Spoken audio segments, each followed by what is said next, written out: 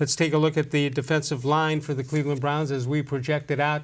Olivier Vernon, Sheldon Richardson, two new acquisitions, Larry Ogunjobi and Myles Garrett. Joe Schobert, Christian Kirksey, and Jannard Avery, the linebackers. That's questionable. Now let's look at the defensive backs. And then, of course, you don't have Peppers anymore. You do have Derek Kindred, Demarius Randall, Denzel Ward, and Terrence Mitchell. That looks pretty good to me, Dan, but not much depth. Yeah, exactly. There's not much depth. And, a guy like Terrence Mitchell, cornerback can be such a fickle position. Like, a guy can have a really great year one year, especially if he's sort of a guy that forces a lot of turnovers. He might have 4 or 5 interceptions one year and then 1 the next. Yeah. So we'll kind of see how he does in year number 2 with this team. That's the old Lester Hayes thing. He had a great year and they didn't throw his way anymore. They say, well, you were down in interceptions. They never gave me a chance. and that's got to be Terrence Mitchell's job, is to get those picks, because hopefully they're not going to be throwing at Denzel Ward because he's covering so well. Do you hear anything, anybody they're going after here in free agency in the defensive backfield? I wouldn't rule anybody out, honestly. I haven't heard any names specifically, but, I think you can never have too many cornerbacks. We saw that John Dorsey believed that last year. TJ Carey's another versatile guy that wasn't on that graphic, but he's kind of your nickel guy. So I think they will go after someone. And don't forget the draft. They still have, even though not number 17, they still have a lot of draft picks to work with.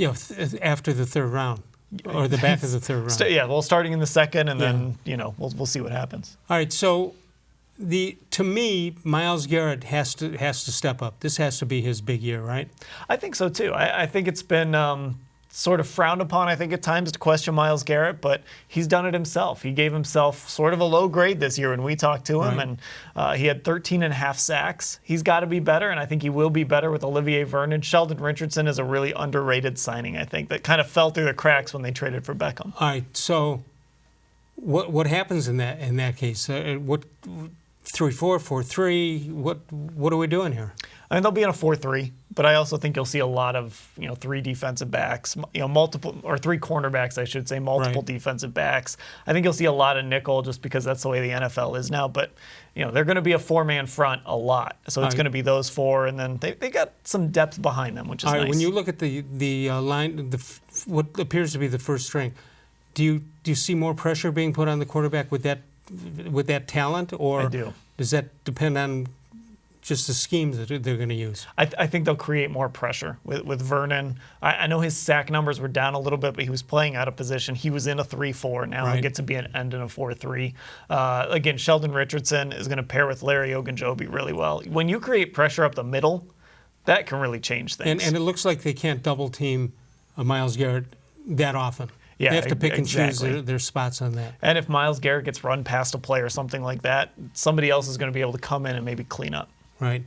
All right. So, again, being the offensive coordinator now for other teams, what's the weakness? The linebackers, or if it's the linebackers, not that you can afford to have a weak spot, but it seems to me that would be a place, if you're not going to be great, that would be the place not to be great. Yeah, you can be a little interchangeable there. But, let's say Jannard Avery is playing a lot. Well, I want to test his coverage. That's what I want to do. I want to get some tight ends going at him or some running backs going at him. And I want to see if he can cover guys regularly out of the backfield. That's one area where I'm going to test this team. And I want to see if Joe Schobert and Christian Kirksey can take advantage of that front 4 and maybe shoot some of those gaps a little bit. I'm going to test those guys a little bit. All right, let me go back to Freddie Kitchens here.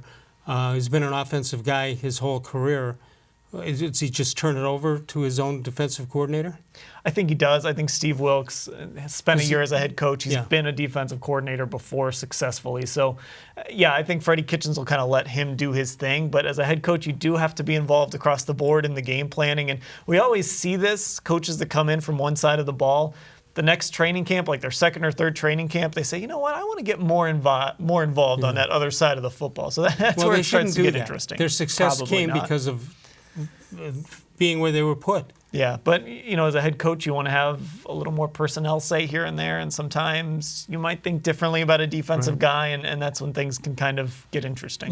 Freddie Kitchens, his stomach's going to be boiling here, nerve-wise, but on the outside, he's not going to seem that way, right? Yeah, I mean, he's a pretty cool customer. Keeps calm. He seems to have a good rapport with the guys in the locker room, so I think he'll be okay. I don't think we'll see panic out of him. All right, and John Dorsey's still looking for veteran guys here on the defense? Oh, for sure. I don't think anything is out of the question when it comes to linebacker. I still think, they could address that in the draft. Maybe there's still a move to be made out there at that position. And like we said, cornerback is a big area. And I don't know if Derek Kindred is really your answer at strong safety. Maybe he has to be for a little while, but I wouldn't be surprised if they looked at a strong safety in the draft or in free agency.